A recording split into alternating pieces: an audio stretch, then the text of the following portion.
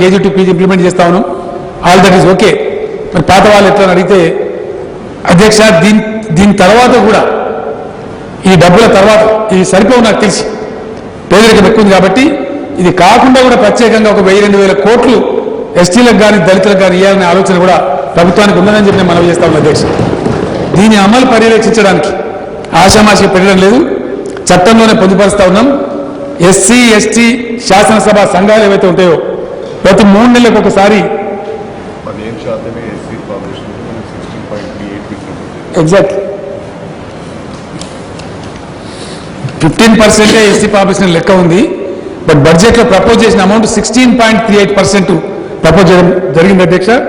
ఇది కూడా నాకు తృప్తి లేదు, డెఫినెట్లీ సంతోషంగా లేదు ఇది కూడా నాకు.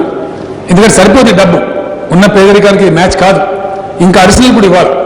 15% ఏమో ఒక రక్షణ, చట్టం ఏం చేస్తున్న ఒక రక్షణ, మోసం జరగకుండా ఉండడానికి ఆ ప్రకారం చేస్తా ఉన్నాం. ముస్లిం మైనార్టీ సోదరుల అధ్యక్ష, నాకు అక్కడ మజ్లిస్ పార్టీ వాళ్ళు డిమాండ్ చేసినారు, మాకు ఎన్నో ఏళ్ళ నుంచి అడుగుతాను, ఏ ప్రభుత్వం కూడా చేస్తలేదు, మీరు చేయాలని చెప్పినారు.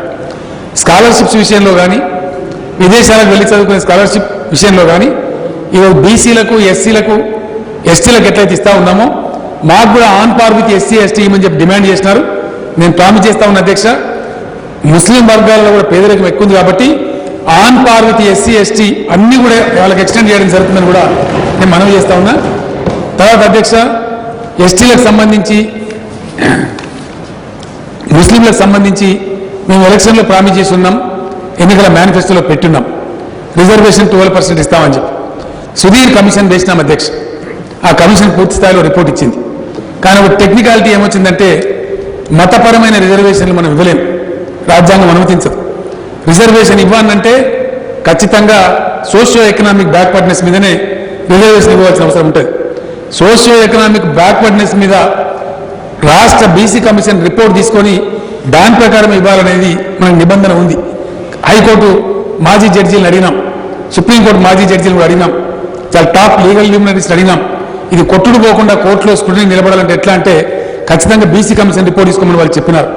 లాస్ట్ అసెంబ్లీ సెషన్లోనే పెట్టాలనుకున్నాం అధ్యక్ష. కానీ ఇప్పుడు BC కమిషన్ వాళ్ళు పర్యటన చేస్తూ ఉన్నారు. బహుశా నెక్స్ట్ 2-3 డేస్ తర్వాత వాళ్ళు మాకు రిపోర్ట్ ఇవ్వబోతా ఉన్నారు.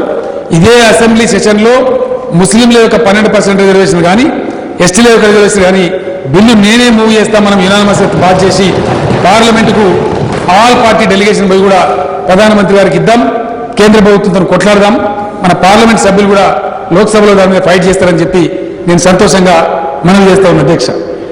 ప్రజలకు ఇచ్చినటువంటి ప్రతి హామీని కూడా ఖచ్చితంగా నెరవేరుస్తాం, అందులో ఎన్నికపోయే ప్రశ్న లేదు అని చెప్పి నేను మనవి చేస్తా ఉన్న అధ్యక్ష.